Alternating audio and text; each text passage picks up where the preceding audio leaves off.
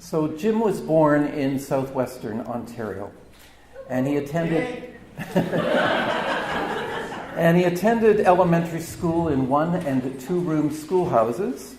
He graduated from high school in 1964 and from the Windsor Teachers College in 1965.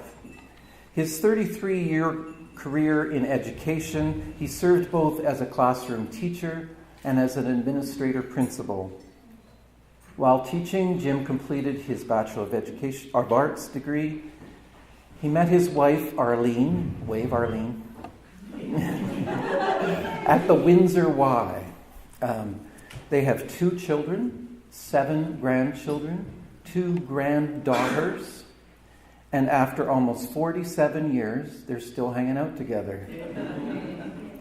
Arlene and Jim have always been very active in their home congregation, Essex United, except for a time of sojourn where they saw what others believed and how they worshipped. In 2004, Jim heard our former principal, Karen Douglas, speak at London Conference. Karen was inviting people to study at CCS and described the program. Parts of it sounded familiar to Jim. Goal setting, working collegially, self and peer assessment. And this sounded like a journey that Jim wanted to undertake. I hope that's not like funerals, but 11 years later, 9 of those as a student at CCS, Jim's about to graduate.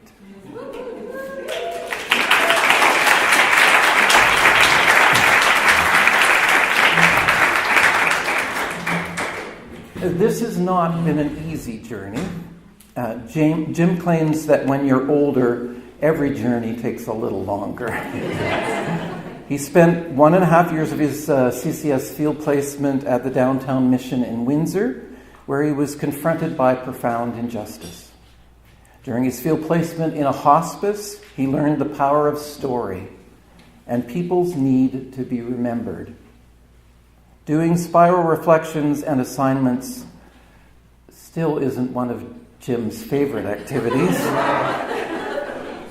Well, I don't think ever will.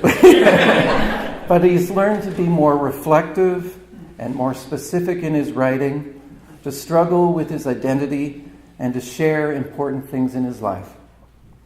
He feels called to a ministry of service, and he appreciates Maylan's image of the diaconia as being in the dust, where the action is. Jim describes his time in the program as a life-transforming journey.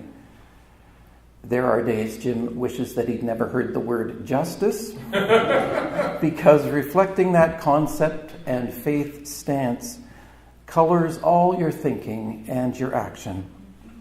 The other day at presbytery, someone pointed him out to another presbyter, and said, "Oh, that's Jim Hatt. He's the social justice guy around here." Not a bad reputation. For relaxation, Jim has been singing with a group of barbershoppers for the last 17 years. They sing in churches, at retirement homes, and parties of all kinds. For Jim, it's another way to serve in ministry. And since last April, Jim has been serving in a congregational ministry at Essex United Church and will continue there in a called position as of July the 1st. Sorry, he started there last April. He's also been appointed as chaplain of the Downtown Mission. Jim hopes his ministry will focus on justice and truth, helping people to understand God's love is for each and every one. Congratulations, Steve.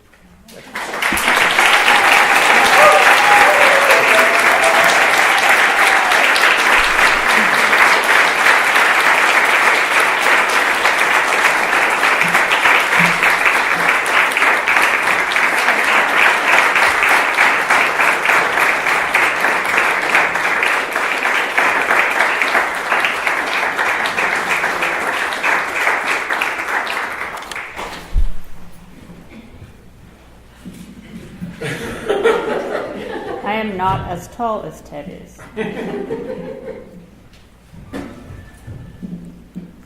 everybody hear me? Yeah. Okay. Mark Laird, would you get up here, please?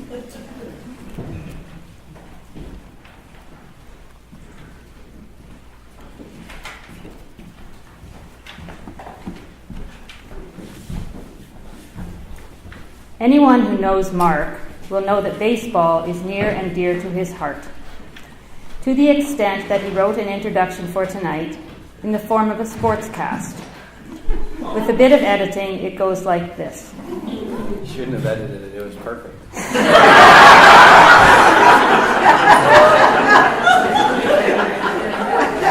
Coming to the plate next, we have Mark Laird.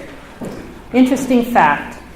This is Mark's first appearance here tonight, but he was drafted by the LDM back in 2008, as in the Leadership Development module.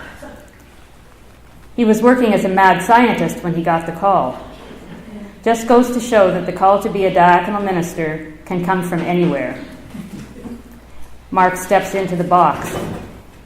It looks like he is crowding the plate to take away the power of the pitcher. Analyzing authority and discerning how to use his power effectively have been part of his training at CCS. Good to see how well he has integrated that learning. Here comes the pitch. Change up on the outside corner for a strike.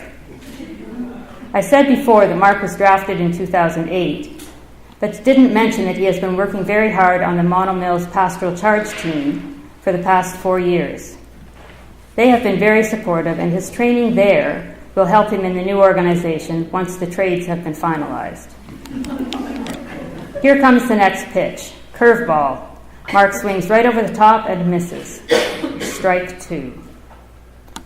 Mark has been throwing a lot of curves since being drafted, but he has had some great coaches at CCS, as well as fabulous teammates, specifically his wife Julia, children Lily and Nolan, who have helped him focus and keep his eye on the ball. His stance is fully rooted in diaconal ministry. Here comes the pitch. It's in the dirt. Ball 1. The ump's throwing a clean ball out to the pitcher, but Mark doesn't mind getting dirty. He knows that working at the margins is not easy, and not everyone has access to the proper equipment or is given the opportunity to play. That's part of the reason he's so focused and appreciative of the experience and the tools he has, and why he's eager to help others gain access to the resources they need. Next pitch, curveball again, but Mark doesn't swing. That is his commitment to learning. Ball 2. One more pitch, just missing the outside corner. Fills up the count. Mark has had a full count for most of his time since he was drafted. Having a family, working, going to school, we all know that's not easy. But Mark always knew he would stay in the game as long as he gave it his best. And that has brought him here today. Here comes the payoff pitch. Mark checks his swing. He takes the walk. We are just getting word that Mark has been traded from Toronto Conference to Hamilton Conference. And will be starting with the Drayton Pastoral Charge once he finishes out his current contract in June. Good luck, Mark. You go with our blessing.